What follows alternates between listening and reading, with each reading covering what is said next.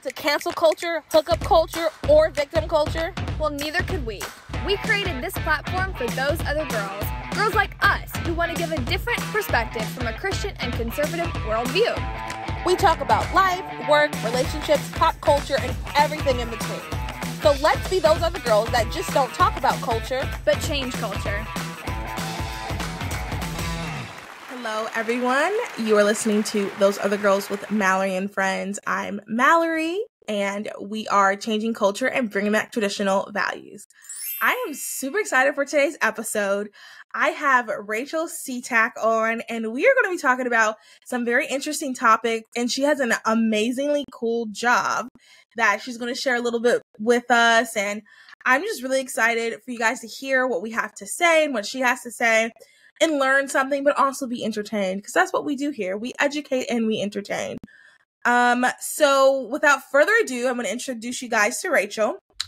And I'm going to be looking down to read the bio. So Rachel Citak is a constitutional and civil rights attorney. She's appeared as a speaker in the campus setting, as well as serving as guests on local and national news, including One America News Network Live TV. In addition to serving as a frequent guest on 700 WLW and 55 KRC, she has authored multiple pro-life op-eds published and featured in the Daily Wire, Western Journal, and USA Today network publications. She serves as the president of Right to Life of Greater Cincinnati, in addition to serving on the editorial board for the Cincinnati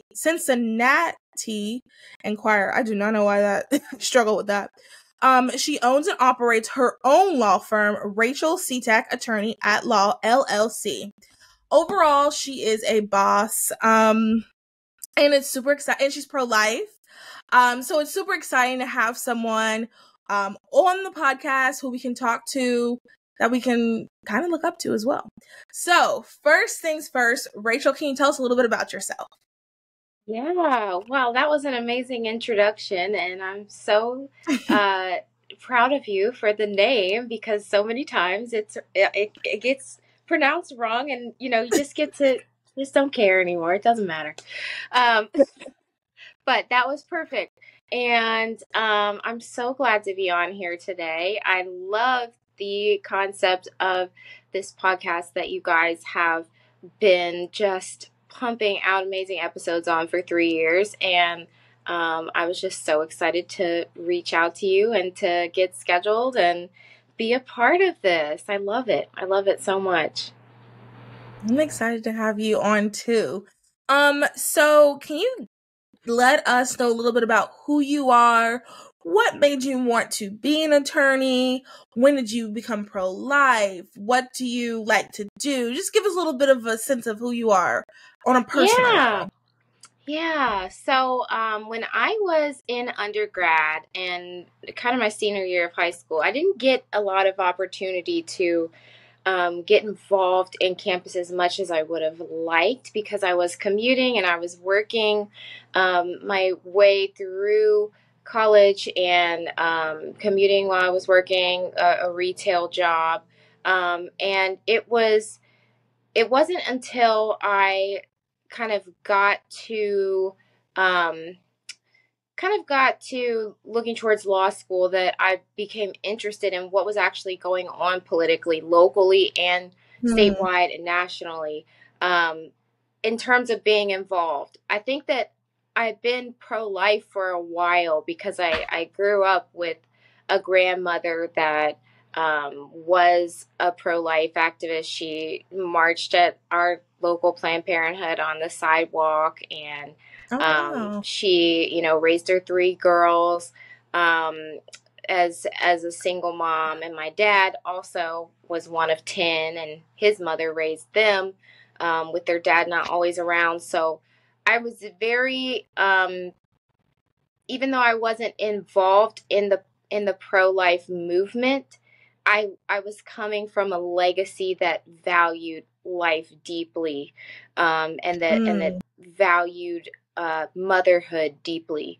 And so I think that it became kind of a natural transition after I got to law school, and I began seeing the ways that that the legal field could really open those doors to influence and to see the change that I really wanted to see in our culture and in our political spaces. That is awesome. Something you said that really stuck out to me was you said that your grandmother, she would be outside of Planned Parenthood, and you kind of saw that, and it kind of left almost like a legacy. It's kind of like a natural path. I think anyone who has children that's listening or plans to have children, I think that's just something so important. If part of being pro-life and, trying to have a culture of life is modeling that. It is actually living your life that way. So many, and I can do a whole episode about it, so many conservative influencers, they go on their Twitter and say, this is how life should be. And then you look and their life is nothing like that. And then, a video of them abusing their wife comes on Twitter. Anyway, that's neither here nor there, but I just think it's so important. And it just shows that you also have to walk that life, and it just kind of flows. This is how you create the culture of life. You can do it within your own family too. I love that. Okay, sorry y'all. We had a couple technical difficulties. Shout out to Freeman for helping us with that. I don't even remember the last thing you were saying, but I know that I did ask you if you have any successful stories that you wanted to share with us from different cases you've had and things like that. And I do remember you did say, you were telling us a story about being a mom for children in a human trafficking home. Yeah. So I think where we kind of left off is saying that, it's not just the experiences in my legal work, but also in just where the volunteering opportunities lead in advocacy. And so part of that had been that I spent a year as a house mom for minors who were victims of human trafficking, and just getting the privilege and the blessing of just sharing their space as they are healing and working through such utter brokenness, and to see that over time, more and more that they reconnect to that inner child that that life has stolen from them in so many ways, was powerful. I remember the first time that I went there, and they had this room where they were showing us how the girls could pick out different prizes and things for completing their schoolwork and getting along with their roommates, and other things that let them win points. And just walking in that room and seeing these things that are so that were so representative of childhood, toys and blankets and cartoon characters and nail polish and lipstick and things, that it's like they should be in this space getting to experience this and these aspects of childhood and these toys and these things like this. It should be not here. It should be in a place where they're loved and in a society where they're loved. So that was really powerful to me. And then I guess from there, legal opportunities for wins has just really been the wins that are presented by getting to walk with my clients through these difficult things, especially in the midst of when COVID-19 was at its height and the mandates were at its height, and there were so many employers that were treating their employees unfairly and that were mandating that they receive the vaccine despite their sincerely held religious beliefs. It was just so rewarding to get to walk with them through that. And it was also bittersweet because there were situations where they were being treated unfairly. And this happens all the time, whether it's the religious context or racial discrimination or sexual discrimination. And it's bittersweet when you get to step into that space and see things change for them, because it's why should someone have to get an attorney before things get better in a space where they have a right to be lawfully regarded in these aspects? And it's why do I have to get involved for employers to do the right thing? So it's a little bit bittersweet because you kind of, and all the in people this space, who can't afford an attorney. Yeah. How many more are out there that never think to get an attorney? a lot of my clients have never been involved with the law at all. Like they're just hardworking individuals who never expected to have to defend their religious beliefs to their employer. And it's bittersweet seeing the best in my clients and the worst of humanity in some of those situations. Yeah, wow. Well, I'm really glad that you are in that, and it's so refreshing to hear that we have people on our side. And I've said this numerous times in the podcast, but we all have been given gifts that God has given us, and the Bible talks about how we're a body. The hand can't say something to the foot can say anything to the brain. So we all have different gifts, and we all can be helping in the pro-life movement. We all can be helping with our career, or and we need Christians in every aspect. We need people who are going to stand up for the truth in every aspect.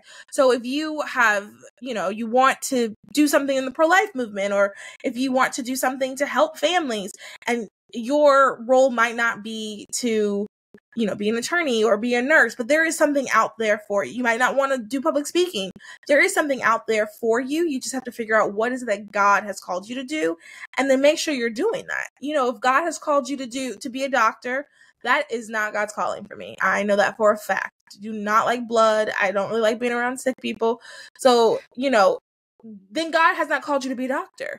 But if God has called you to be a doctor, don't listen to someone who says, well, I think the best way to do it is X, Y, and Z. Because we need pro-life doctors. We need pro-life doctors. We need doctors who care about family. We need doctors who care about mom and baby. And that's just one of the things. My mom, then I'll ask you another question. But my mom, she always said that, like, whenever you're looking for a doctor, an OBGYN, or not, what is the type of pediatric doctor? Whatever doctor that helps you give birth. Whenever you're looking for one of them, she always said make sure. OB-GYN. Yeah. Okay, that's what I was thinking. But then I was like, I go to one now, but I'm not giving birth. But okay, I guess that person stays with you the whole way. It's an obstetrician that obstetricians help you with the birth. Gynecologists help you with, and it kind of converges into OB-GYN. Okay. As you can see, I do not have children, so I'm not 100% sure.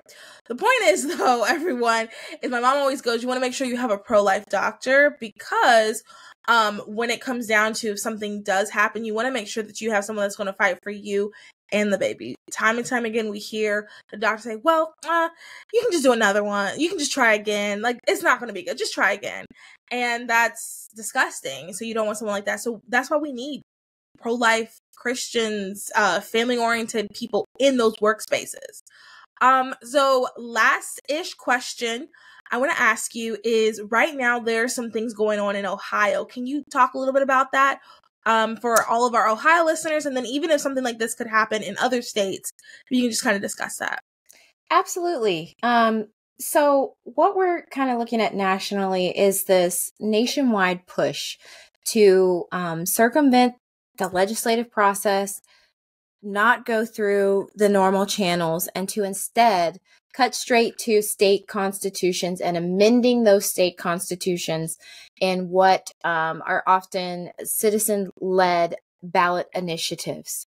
And that is being particularly weaponized in the pro-abortion sphere because of Dobbs. When Dobbs was decided, and it was the question of whether or not abortion is constitutional was referred back to the states, that opened the door to making it unconstitutional under the state constitution, because there was no right to abortion found in the federal constitution over our whole nation.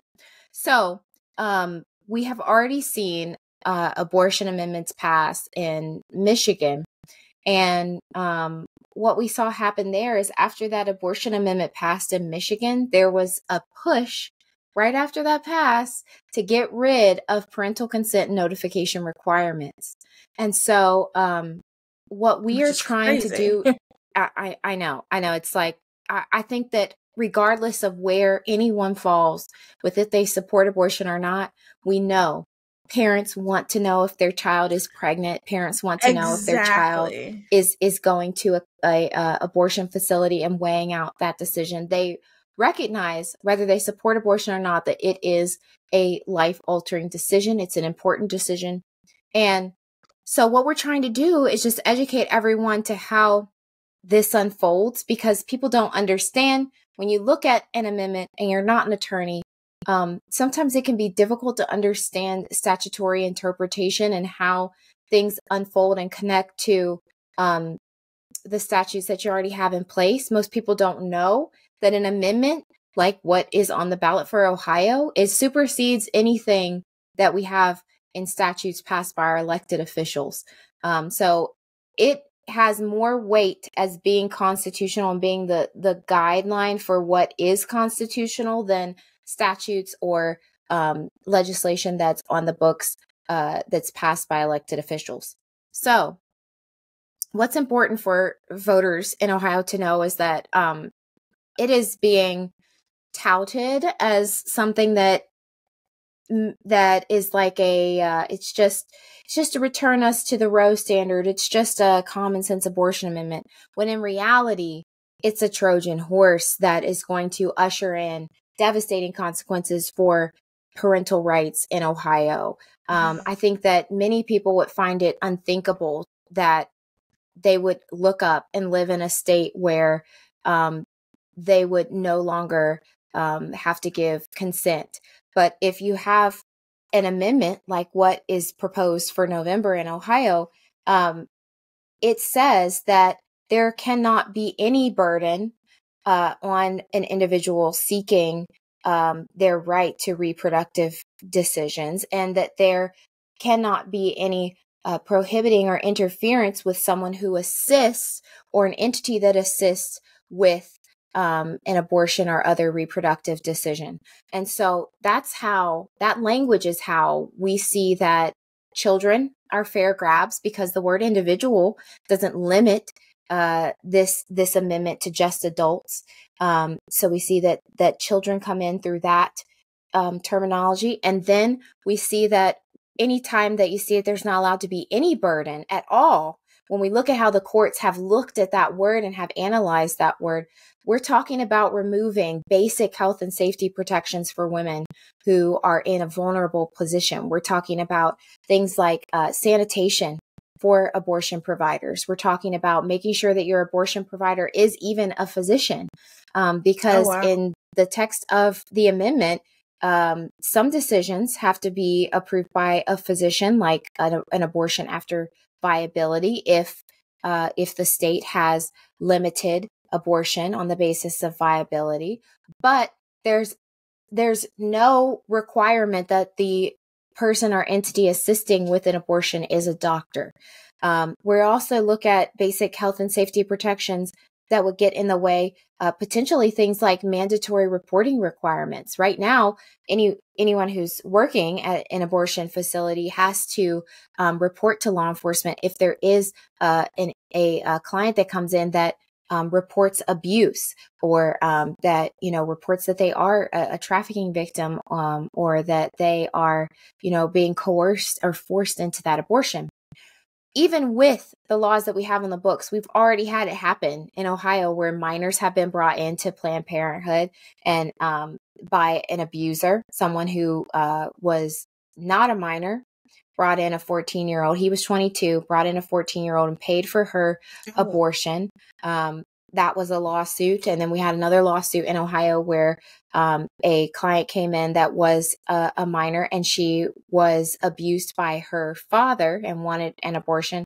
And the Planned Parenthood employees did not report that abuse. And so she also sued. Oh, wow. And then we had a case in 2018. Kind of this is where it gets into the gender issues, where two biological parents lost custody of their child because they were not willing to move forward with the gender transitioning. A term like reproductive And this is in decision, Ohio? Yes, in Ohio. In Ohio, custody was taken from parents that did not want to go forward with gender transitioning. When you look at that language in that amendment, it says reproductive decisions. That's not a term that's in Ohio statutory language. It's something brand new that is designed purposefully to encompass anything touching reproductive organs. That includes sex change surgeries, that includes hormone therapy. And so that is the avenue that custody will be in jeopardy for parents that are in those custody battles. If you don't provide your child with what they're saying is a right to an abortion, is a right to gender sex change surgeries and gender hormone therapies, you could be at risk of losing custody. This is crazy. I mean, just about every single thing you listed, I think no matter where you are on the scale, you would be on our side. You would be against this bill, because this is just so crazy, because some of the stuff is basic. What is so very frustrating about hearing these type of things is, unless me, you, the audience, unless we're talking about it, people are not going to know. They're going to see the pretty graphics that Planned Parenthood is going to post.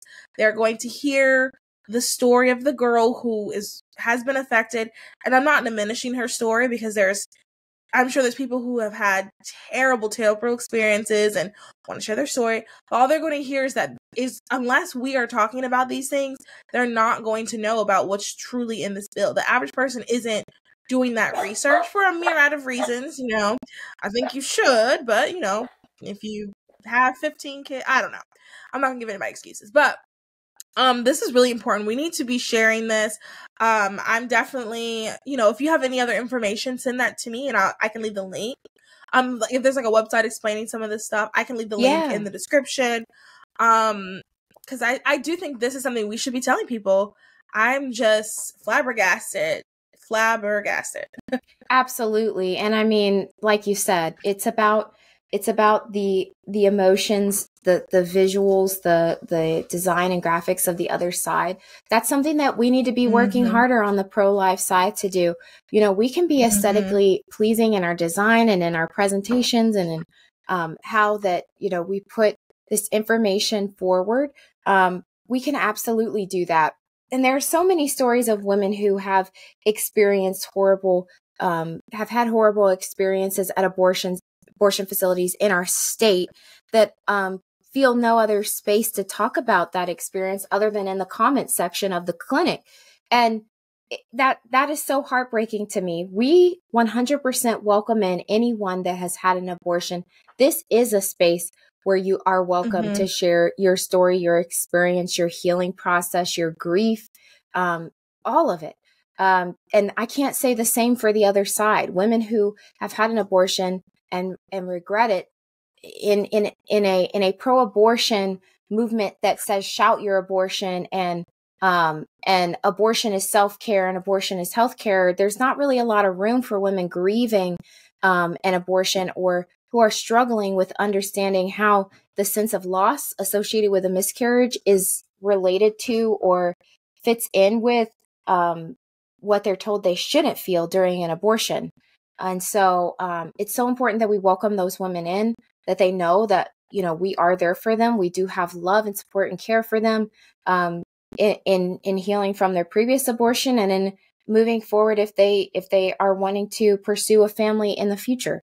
I think that's so important. And I think that's I have one more question, but we're kind of wrapping up. I think that's a good thing to kind of wrap up on is our side is the loving side. Now, are there people who are probably mean? Yeah, I'm sure that's how it is everywhere. But our side truly does care because like I mentioned and you mentioned earlier, if you're going to care about someone from the womb to the tomb, if they have dignity, if they have a right to life, all of these things, like that does not change because they do something that we do not like. They still deserve to have dignity. They still deserve to be treated as a human being. Absolutely. I think that's something that our side does a fairly good job at. Really quick, there was this, I shared something anti-abortion related on my Facebook page. I can't even remember what it was. And this guy that's friends with me on Facebook, he only comments when he disagrees. He commented something like, well, you're hurting women. And then one of my friends commented, what about the women who feel they've been hurt from abortion and they feel ashamed, something like that. And he said something that I knew he was going to say this. He said, they only feel that way because you guys are making them feel that way.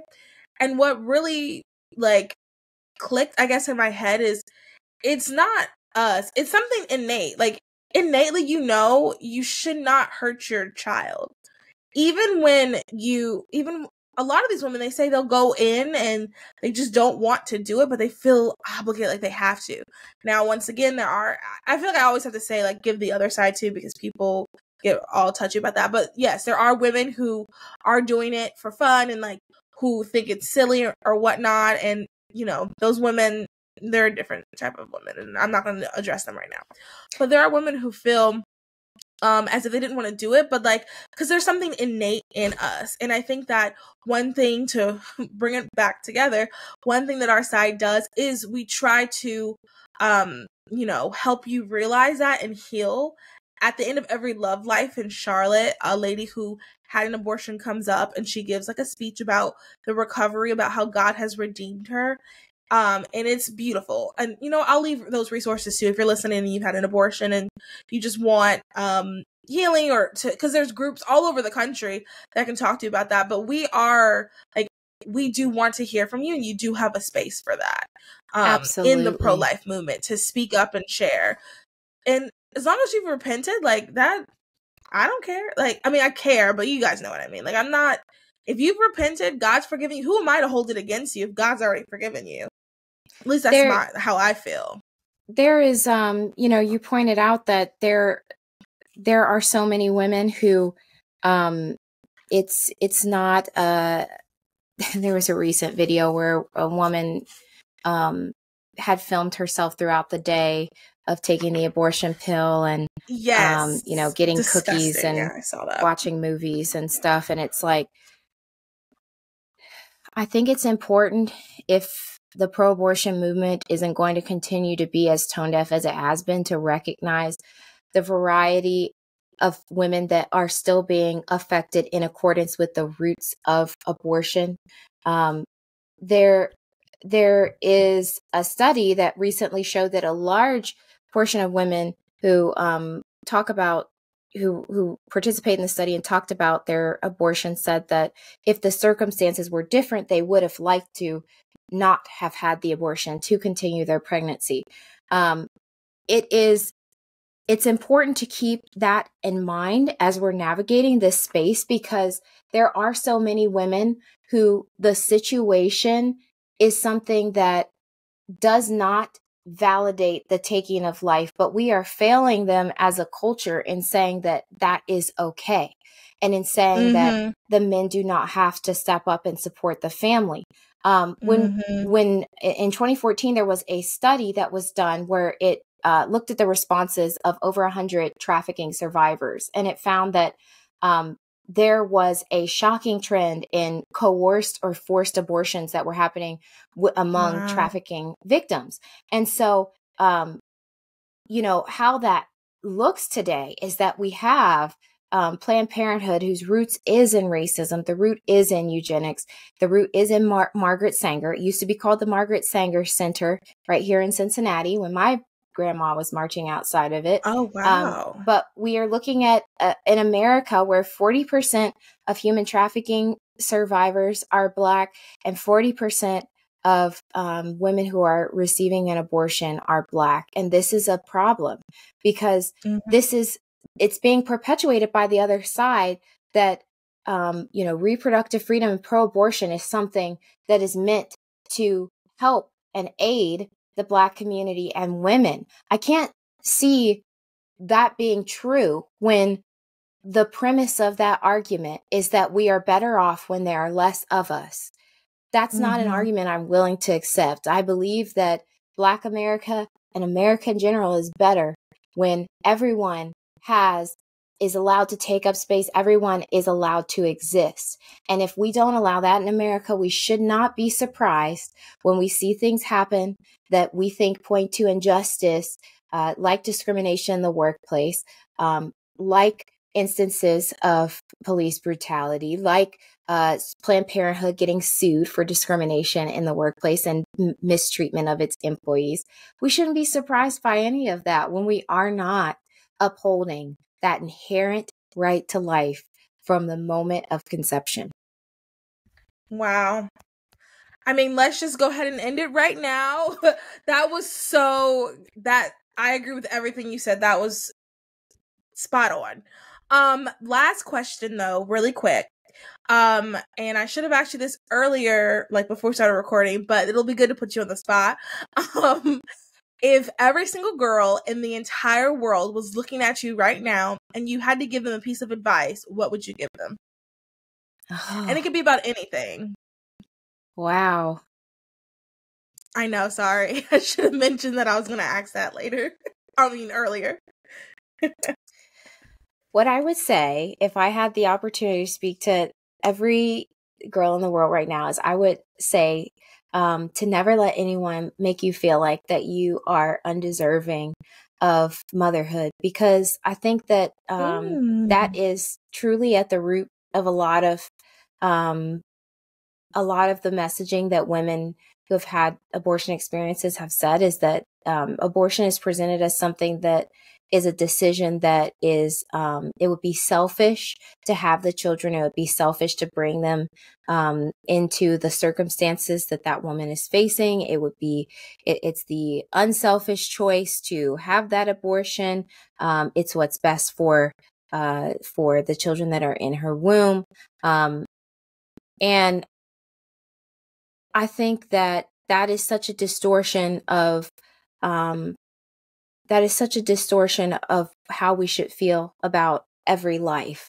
And like we just said, that carries on even past, this concept of abortion. It carries on throughout society. So I would say to know that, that she should never let anyone convince her that she's not worthy of motherhood, that there are individuals who want your baby who can't become a mother. It's a beautiful blessing to be a mother. If you can't raise your child, there is someone who is willing and waiting to do that, and that she should not let her circumstances convince her that that death is ever the right option or the solution to what she's going through for herself or for her baby.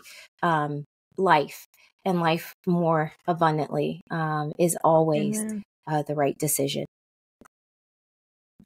Beautiful, beautiful, beautiful, beautiful. Thank you so much, Rachel, for coming on. You guys, this episode, we have been fighting the devil, but I'm so glad we got through it. We did it. I think this episode is just a really good reminder of just some of the basic things that we know about being pro-life, but also a reminder that, we talked a lot about being pro-life womb to tomb and actually caring about the dignity of every human being. And I think it's a great episode to share with all your friends, specifically your pro-life friends. I think this is a great episode to share. And Rachel, if someone wanted to get in contact with you, how would they do that? Yeah, so I would love to have any of your listeners follow me on Instagram, especially, if they're interested in what's going on in Ohio and they want to stay in the loop and be encouraged in their beliefs. My Instagram handle is @attorneyadvocate. It's all one word. I'm also on Twitter @law_@heart. And they can also follow the organization that I'm president of, which is Cincinnati Right to Life, on Instagram and on our website. We would love to have you join us in the effort to educate, whether you live in Ohio or not. We're happy to have you a part of just spreading truth and informing the public. Perfect. And I will link everything, you guys. Where I'll link it for the YouTube and all of the Spotify and everything. So our question for Spotify, I think we'll ask, I don't know, I'll think of something. We can discuss it another time. Because on Spotify, I don't know if you listen through Spotify, you can have questions to ask your audience. Yeah, I saw it's that super you guys fun. had like that little poll question. That's the first time that I've seen that on my Spotify podcast. I thought that was really cool. I'd love to see. So it's super fun. Yeah. Yeah. So we can discuss another time, like a good fun question. And if you enjoyed this episode, like I said, make sure you share. I hope you guys have subscribed. Go ahead and subscribe and leave a 5-star review. I know you enjoyed it. Just go ahead and leave the 5-star review. It costs you nothing. And then leave a comment. Tell all your friends, your mom, your sister, your grandmother. I'm trying to think of anything else. I think that's it. So everyone, thank you guys so much for listening. Have a great day, night, evening, however, wherever you're listening. Bye.